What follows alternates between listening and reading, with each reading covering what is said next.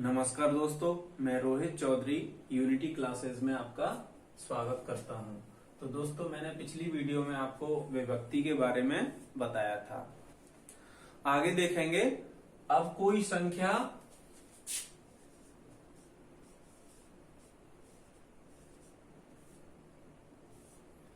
अगर कोई संख्या अभाज्य है तो चेक कैसे करें।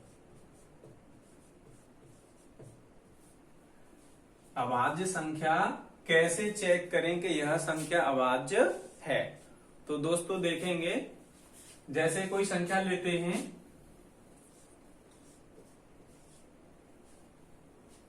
173। अब इस संख्या को हम चेक करेंगे तो कैसे पता करेंगे कि यह संख्या भाज्य है या फिर अभाज्य है। तो दोस्तों देखेंगे, सबसे पहले यह किस संख्या के वर्ग के आस या पास है। तो देखेंगे, मैं यहां पे वर्ग लिख देता हूं।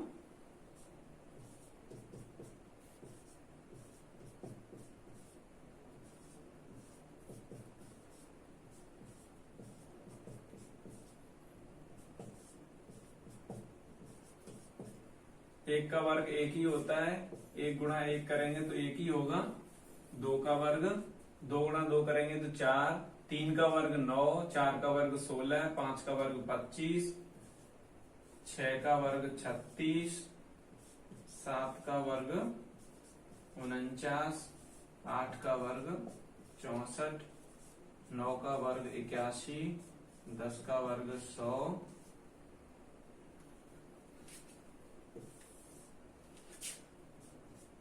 11 का वर्ग हो गया आपका 121, 12 का वर्ग हो गया आपका 144,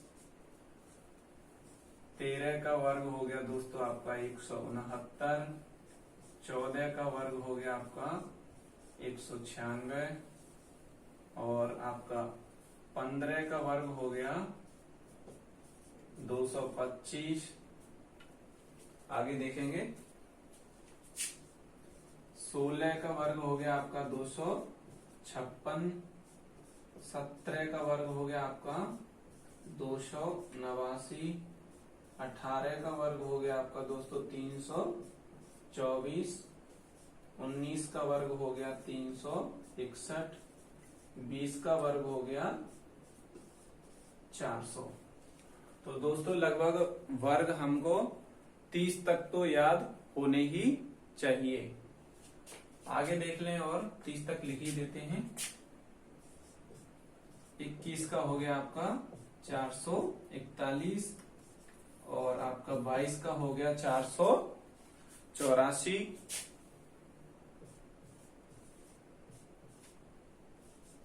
23 का वर्ग हो गया आपका 529 और 24 का हो गया 576, 25 का 625, 25 का वर्ग 625, 26 का हो गया 676, 27 का वर्ग हो गया दोस्तों 729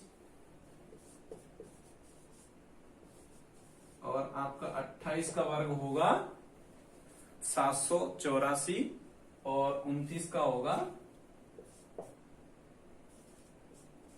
841।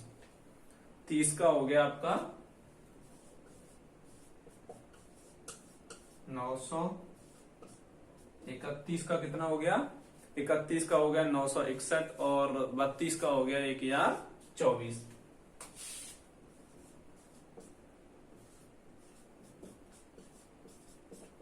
तो लगभग दोस्तों 30 तक वर्ग तो याद होने ही चाहिए। अगर संख्या पद्धति चैप्टर सीखना है तो हमको 30 तक वर्ग याद होने चाहिए।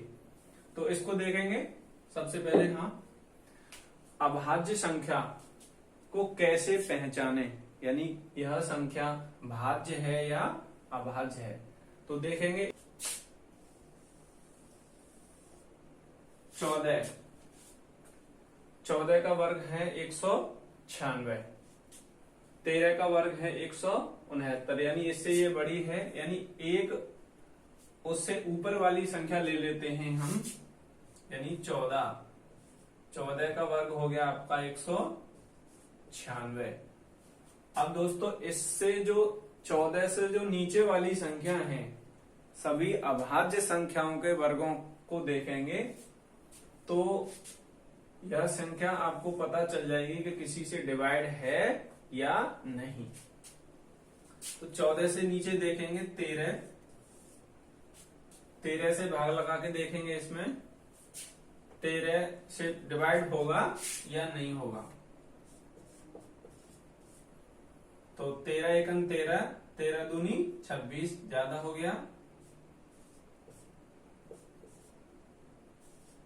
13 के टेबल में 43 आता है कहीं, 13 तिया 39 होता है, तो इसलिए यह 13 से भी क्या है, भाग नहीं जा रहा। इसीलिए इसमें कह सकते हैं 13 से नीचे चलेंगे, अभाज्य संख्या देखेंगे 11, तो 11 से भाग लगा के देखेंगे 11 एकन 11, आपका बचा कितना 6 और 63, यानी कि 11 के टेबल में 63 आता है, नहीं आता दोस्तों।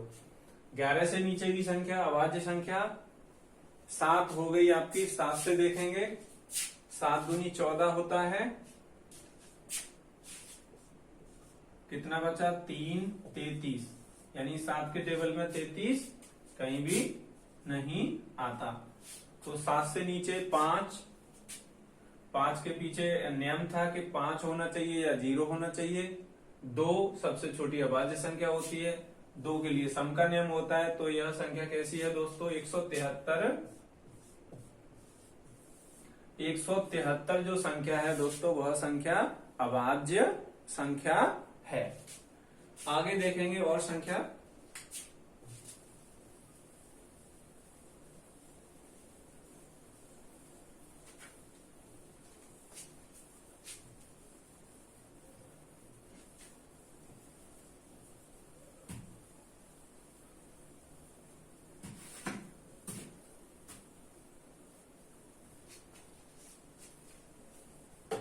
जैसे संख्या ले लेते हैं दोस्तों 341,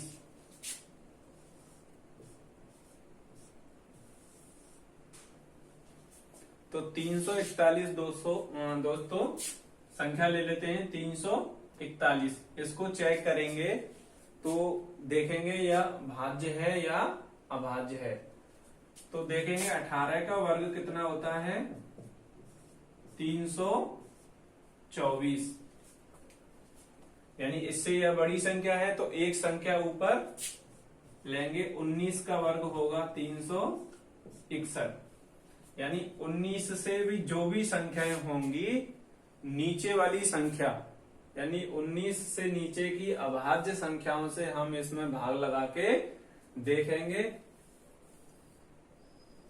अगर किसी संख्या से भाग चला जाता है तो यह कौन सी संख्या होगी, भाज्य संख्या होगी। अगर किसी भी अभाज्य संख्या से भाग नहीं जाता है तो यह संख्या क्या होगी, अभाज्य होगी। तो देखेंगे 19 से नीचे 17, 17 से भाग लगाएंगे 341 में, 17 दूनी 34, यानी कि 1 रिमाइंडर बच रहा है इसका, तो यह पूर्णतः इससे विभक्त नहीं है। 17 से नीचे क्या है 13 है, 13 से लगा के देखेंगे 13 दूनी 26 होता है, 13 तिया 39, ज्यादा हो गया। 14 में से 6 गया 8, 81, यानी 13 के टेबल में 81 नहीं आता है। 13 छिक्के कितना होता है 78 होता है, यानी इसमें भी क्या हो रहा है, रिमाइंडर बच रहा है। तो यह संख्या यानी पूर्णतः विभक्त 13 से भी नहीं हो रही। नीचे देखेंगे 13 से 11 देखते हैं, 11 भी अभाज्य संख्या है। तो 11 से देखेंगे 11 तिया 33, एक बचा, एक लिया, 11 एकन 11। तो दोस्तों कह सकते हैं हम 341 जो संख्या है वह भाज्य संख्या है। उम्मीद करता हूं कि आपको यह समझ में आ गया होगा।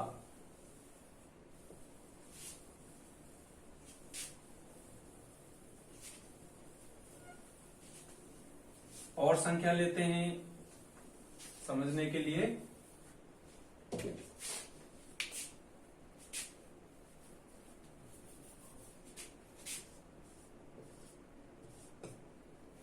चार सौ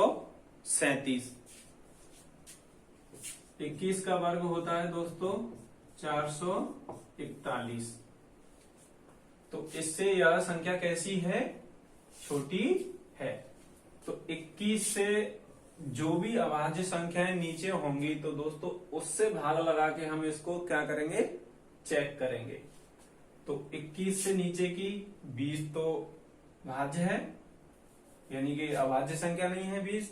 तो 19 से लगा के देखेंगे, 19 से लगा के देखेंगे और चेक करेंगे कि यह भाज्य है या फिर अभाज्य है। भाज्य है या फिर अभाज्य है। 437 को चेक करके देखेंगे 19 से। 19 दूनी 38, 19 तिया 57, यानी 19 दूनी 38। कितना शेष बचा? 3 और 2 5, यानी 5 शेष बचा। आगे देखेंगे 19 तिया 57। तो दोस्तों कह सकते हैं जो 437 जो संख्या है हमारी कैसी संख्या है? भाज्य संख्या है, यानी कि यह 19 से पूर्णतः विभक्त हो रही है। तो कैसी संख्या है? भाज्य संख्या है। आगे देखेंगे दोस्तों क्रमागत संख्या, यानी क्रमागत संख्याएं क्या होती हैं?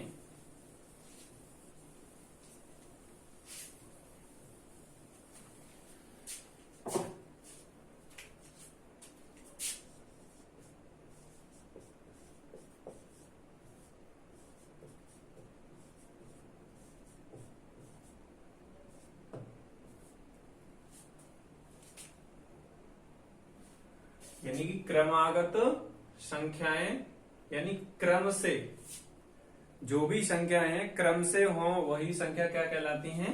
क्रमागत कहलाती हैं। जैसे 1, 2, 3, 4, 5। तो दोस्तों यह कैसी संख्या है? क्रमागत।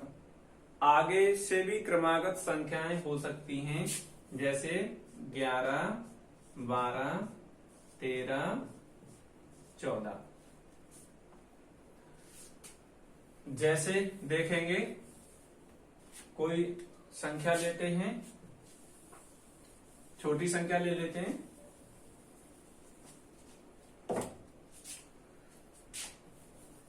देखेंगे दोस्तों 1, 2, 3, 3, 2 और 1 6,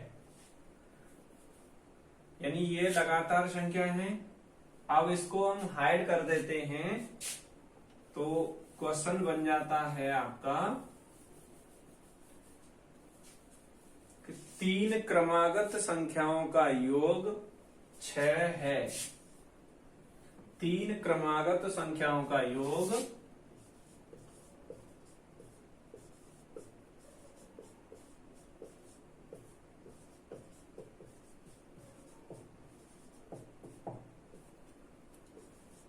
का योग 6 है। तो वह संख्या बताइए, यानी वह संख्या क्या है? तो देखेंगे अब हमें पता नहीं है तो माना वह संख्या क्या होगी? x होगी। क्रमागत की बात हो रही है तो यहां पे देखेंगे x + 1 x प्लस 2, यानी यह एक संख्या, यह दूसरी संख्या और यह तीसरी संख्या बराबर कितना है 6। चर और अचर राशि देखेंगे, चर क्या होता है, अचर क्या होता है। चर राशि एक साइड में जोड़ते हैं, अचर राशि एक साइड में करते हैं। तो हम इधर देखो x और x प्लस 1 प्लस 2 बराबर 6, यानी x कौन सी राशि है यहाँ पे दोस्तों, चर राशि। कैसी राशि है, चर राशि। अचर राशि क्या होती है दोस्तों, 1 2 3 4, यानी गिनतियां जो अनंत हैं, जिनको बदला नहीं जा सकता। किसी भी विषय में एक ही रहेगा, गणित में हो, विज्ञान में हो, किसी में भी हो, 2 नंबर जो है 2 ही रहेगा। 3 का अंक गणित में चेंज नहीं हो सकता, लेकिन x का मान कोई भी आ सकता है। x बराबर 5 भी आ सकता है, x बराबर 3 भी आ सकता है, x बराबर कोई भी संख्या आ सकती है। इसीलिए x y z ये कैसी राशि है दोस्तों, x y z चर राशि है। 1 2 3 4 डॉट डॉट डॉट इन्फिनिटी ये कैसी राशि है, अचर राशि, यानी इनको बदला नहीं जा सकता।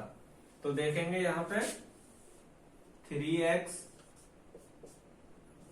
1 और 2, 3 बराबर 6, तो 3x बराबर 6। इसको अगर हम दोस्तों पक्षांतर करेंगे तो ये किधर पहुंच जाएगा, बाएं पक्ष से दाएं पक्ष में भेजेंगे तो यह किसका हो जाएगा, माइनस का। तो 3x बराबर यानी 1, यानी 3 क्रमागत संख्याओं का योग 6 था। यहाँ पे यह बात सिद्ध हो गई। देखते हैं कैसे। पहली संख्या 1, दूसरी में अगर हम 1 जोड़ेंगे तो क्या हो गया 2, और तीसरी में 2 जोड़ेंगे तो 3, यानी कि 6 बराबर 6। 1 और 2 3 और 3 6, यानी यह बात पता चल गया हमको कि 3 क्रमागत संख्याओं का योग 6 है। तो वह संख्या क्या थी, 1 थी। यही क्वेश्चन आगे दोस्तों आगे से भी स्टार्ट हो सकती है यह संख्या, जैसे देखेंगे अभी।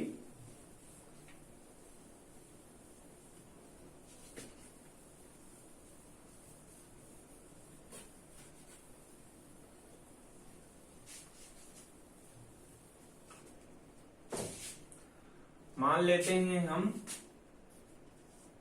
5 प्लस 6 प्लस 7, यानी इनको जोड़ते हैं।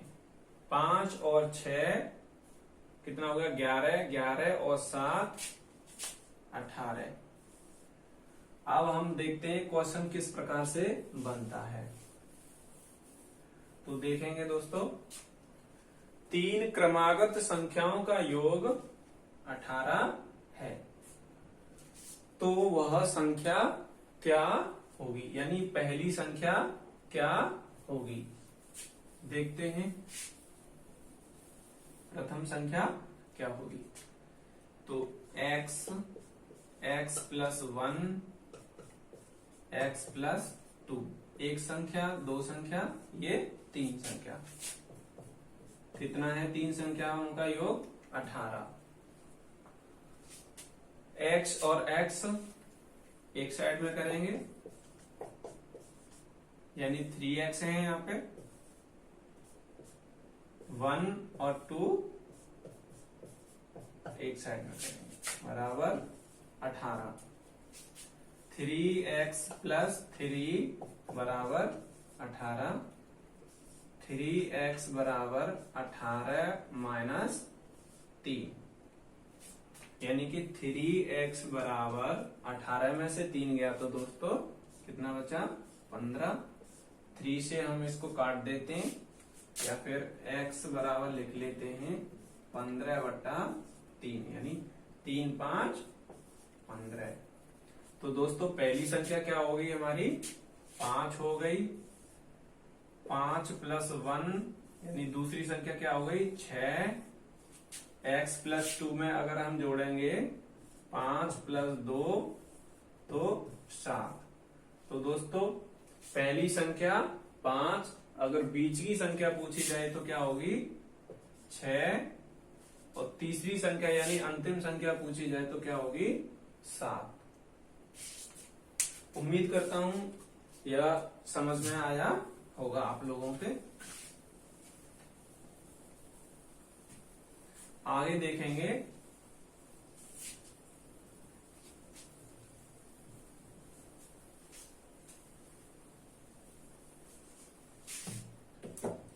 क्रमागत सम संख्याएं।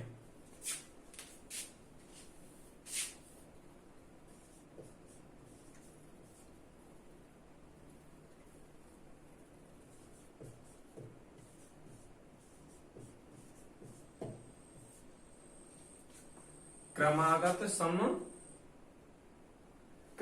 सम संख्याएं। तो दोस्तों कोई भी सम संख्या लेते हैं, माना हम x, अगर हम सम संख्या लेते हैं तो x + 2 हमें जोड़ना होगा। यानी x की जगह पर हम कोई भी सम संख्या लेते हैं, जैसे 4 ले लेते हैं, 4 + 2, तो वह संख्या सम ही आएगी, यानी कि 6। कोई भी संख्या लें, सम के लिए x की जगह पर अगर हम कोई संख्या लेते हैं, सम संख्या लेते हैं, अगर इसमें 2 जोड़ते हैं तो वह संख्या सम ही आएगी। 18 ले लें, 2 जोड़ेंगे तो क्या हो गया 20। 20 कैसी संख्या है आपकी 20 आपकी सम संख्या यानी इवन नंबर है।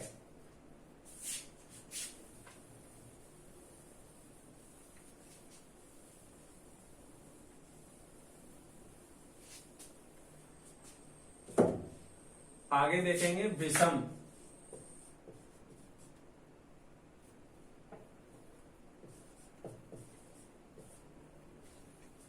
क्रमागत विषम संख्याएं यानी x + 2 सम के लिए भी था और x + 2 विषम संख्याओं के लिए भी लिया गया है। अगर दोस्तों कोई भी संख्या अगर हम विषम लेते हैं x की जगह, माना क्रमागत विषम संख्याएं देखो 1 3 5 7 9, अगर x की जगह हम कोई भी संख्या ले लेते हैं और उसमें 2 जोड़ते हैं तो दोस्तों विषम संख्या ही आएगी। जैसे सम संख्या में सम संख्या आ रही थी उसी प्रकार विषम संख्या आएगी। क्रमागत सम संख्याएं देख लो 2 4 6 8 10, यानी ये कैसी संख्या है क्रमागत सम संख्याएं। विषम संख्याएं 1 3 5 7 9, ये कैसी संख्याएं हैं दोस्तों क्रमागत विषम संख्याएं। आगे बताता हूं मैं आपको दोस्तों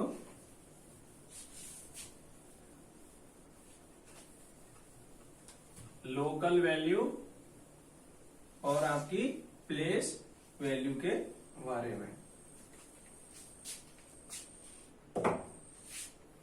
और फिर मैं आपको बताऊंगा कुछ महत्वपूर्ण संख्या पद्धति में जो प्रयोग होने वाले सूत्र हैं उनके बारे में। तो देखेंगे कोई भी संख्या ले लेते हैं यानी उसका जातीय मान, जातीय मान और आपका स्थानीय मान।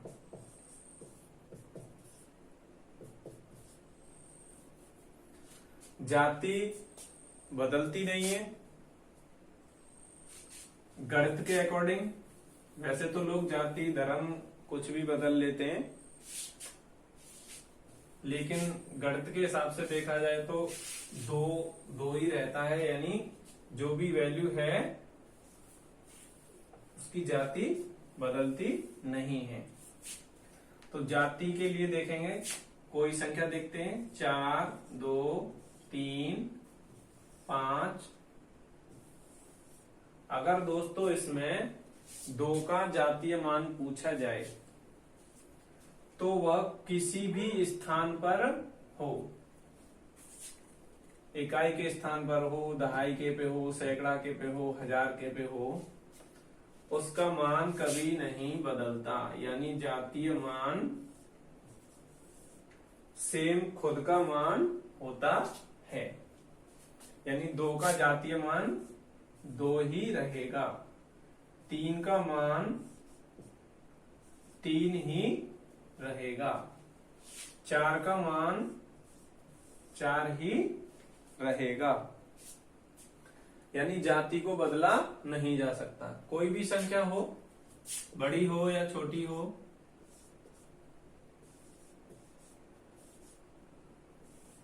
अगर इसमें 2 का जातीय मान पूछा जाए तो यहाँ पे 2 जगह है आपका, तो इसमें कोई भी परिवर्तन नहीं होगा, इसकी जाति क्या होगी 2 ही होगी। अगर बात करें स्थानीय मान की तो स्थान यानी चेंज होने वाली वैल्यू है। देखेंगे कोई संख्या,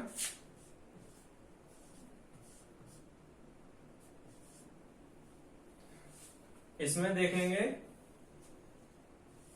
5 का स्थानीय मान क्या है। तो दोस्तों 5 का स्थानीय मान 5 है, यानी कि 5 गुणा 1 इकाई। इकाई के स्थान पर गुणा करते हैं हम 1। 7 का स्थानीय मान पूछा जाए, यानी कि ये 7 जो आ रहा है आपका इकाई दहाई के स्थान पर, तो 7 गुणा 10 यानी 70। 7 का स्थानीय मान क्या होगा दोस्तों 70 होगा। 3 का स्थानीय मान क्या होगा, यानी 3 की प्लेस वैल्यू क्या होगी 3 इंटू इकाई दहाई सैकड़ा 1, 10, 100, यानी कि इसको 100 से मल्टीप्लाई करेंगे तो ये होगा आपका 300। यानी कि कह सकते हैं स्थानीय मान वे मान होते हैं अपनी स्थान पर उनको बदल दिया जाता है तो उनके मानों में परिवर्तन हो जाता है, लेकिन जातीय मान नहीं बदलते।